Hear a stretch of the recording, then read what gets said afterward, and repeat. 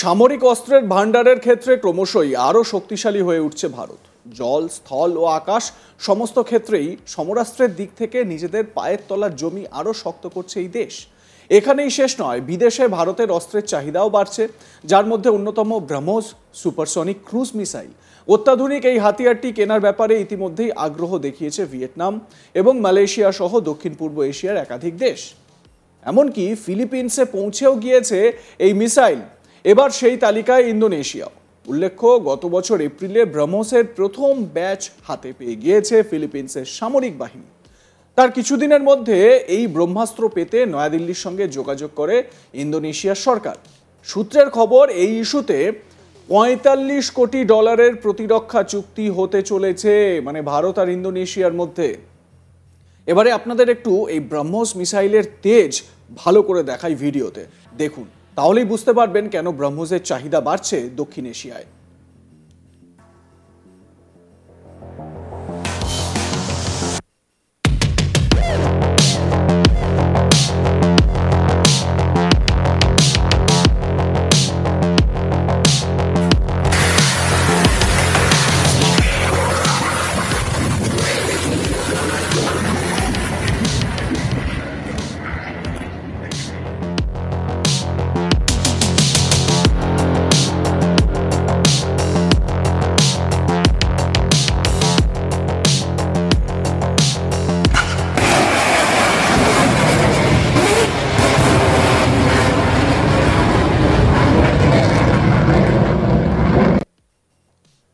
কূটনীতিবিদদের একাংশ মনে করছেন, দক্ষিণ চীন সাগর, পশ্চিম প্রশান্ত মহাসাগর থেকে শুরু করে গোটা ইন্দো প্রশান্ত মহাসাগরীয় এলাকায় ক্রমাগত বেড়ে চলেছে চীনের পিপলস লিবারেশন আর্মি বা পিএলএর নৌসেনার দাপট। আর শুধু তাই নয়, দক্ষিণ পূর্ব এশিয়ার ফিলিপিন্স বা ইন্দোনেশিয়ার মতো দেশগুলিকে সমুদ্রে টহলদারিতে বাধাও পর্যন্ত দিচ্ছে ড্রাগনের দেশ। এই পরিস্থিতিতে রক্ষণাত্মক পদক্ষেপ হিসেবে দূরপাল্লার অত্যাধুনিক ক্ষেপণাস্ত্র আমদানিতে জোর দিচ্ছে এই রাষ্ট্রগুলি।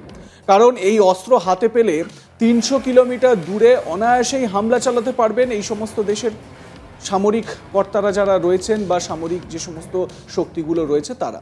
কার্যত ডুবিয়ে দেওয়া যাবে চীনা রণতরী। এমনকি ব্রহ্মোসের নিশানায় চলে আসবে ড্রাগনের কৃত্রিম দ্বীপের সেনা ছাউনিও।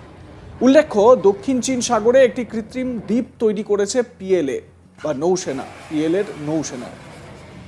এক্ষেত্রে জেনে নেওয়া দরকার, বর্তমানে ভারতীয় সেনা এবং নৌবাহিনী যে ব্রহ্মোস ক্ষেপণাস্ত্র ব্যবহার করে তার পাল্লা 800 কিলোমিটার, মানে 800 কিলোমিটার রেঞ্জ। অন্যদিকে এই দেশের বিমান বাহিনীর হাতে থাকা এই হাতিয়ার 450 থেকে 500 কিলোমিটার দূরের লক্ষ্যবস্তুতেও আঘাত হানতে সক্ষম।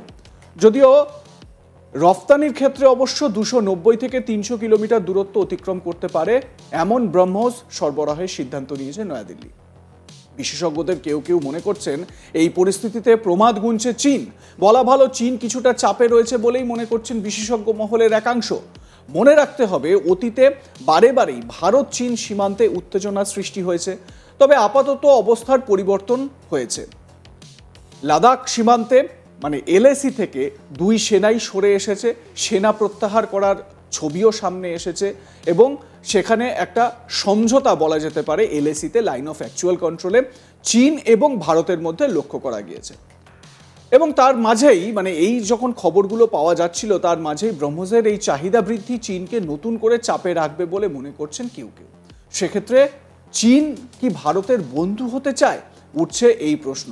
তার কারণ, চীন কিন্তু ভীষণ রকমভাবে চাইছে যাতে ভারতের এই যে দাপট, সেই দাপট সাউথ এশিয়ান যে সমস্ত রিজিয়নগুলো রয়েছে বা অন্যান্য যে রাষ্ট্রগুলো রয়েছে সেই রাষ্ট্রগুলোতে যেন সেরকমভাবে না পড়ে।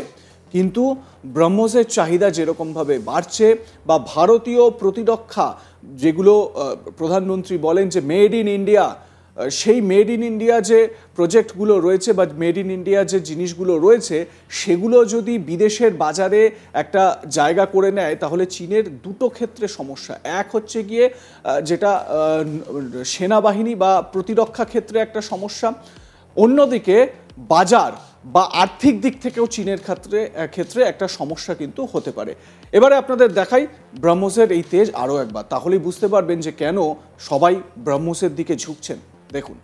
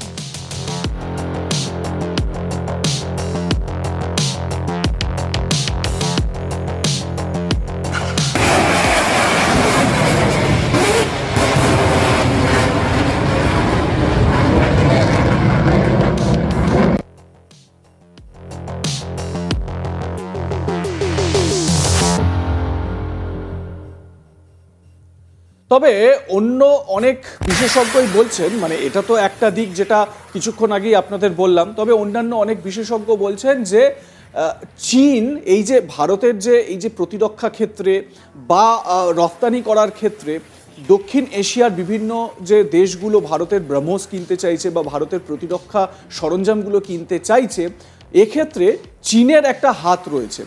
চীন যেহেতু ভারতের সঙ্গে বন্ধুত্বপূর্ণ সম্পর্ক চাইছে, আপাতভাবে সেটাই মনে হচ্ছে। তার কারণ আপনারা জানেন যে কয়েক মাস আগেই প্রধানমন্ত্রীর সঙ্গে চীনা প্রেসিডেন্ট শি জিনপিংয়ের একটা বৈঠক হয়, তাদের মধ্যে আলোচনা হয় এবং তারপর থেকেই সীমান্তের যে উত্তেজনা, মানে লাইন অফ অ্যাকচুয়াল কন্ট্রোলের যে উত্তেজনা, সেই উত্তেজনা প্রশমিত হতে থাকে।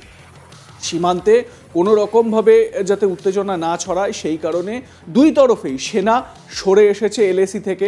সাধারণত যেটা এলএসিতে যেরকমভাবে চুক্তি রয়েছে সেই চুক্তিকে কার্যকর করার জন্য বা সেই চুক্তিকে মেনে চলার জন্য দুই সেনার তরফ থেকেই কিন্তু একটা সহমত পোষণ করা হয়েছে এবং দুই সেনার তরফ থেকে বিভিন্ন পর্যায়ের বৈঠক হচ্ছে, কমান্ডার লেভেলের বৈঠক হচ্ছে, লেফটেন্যান্ট লেভেলের বৈঠক হচ্ছে ইত্যাদি। এই বৈঠকগুলো হচ্ছে মানে সেনা পর্যায়ে বিভিন্ন বৈঠক সেখানে হচ্ছে এবং তারপরই দেখা যাচ্ছে যে একটা মানে বলা যেতে পারে সৌহার্দ্যপূর্ণ বাতাবরণ সীমান্তে তৈরি হয়েছে। সেই জায়গা থেকে অনেকেই মনে করছেন যে চীন ভারতকে কোনোভাবে চটাতে চাইছে না, আর ভারতের যে এই ব্যবসা, আন্তর্জাতিক ক্ষেত্রে যে ব্যবসা বাড়ছে সেটার নেপথ্যেও নাকি চীন রয়েছে, চীনের সহযোগিতা রয়েছে।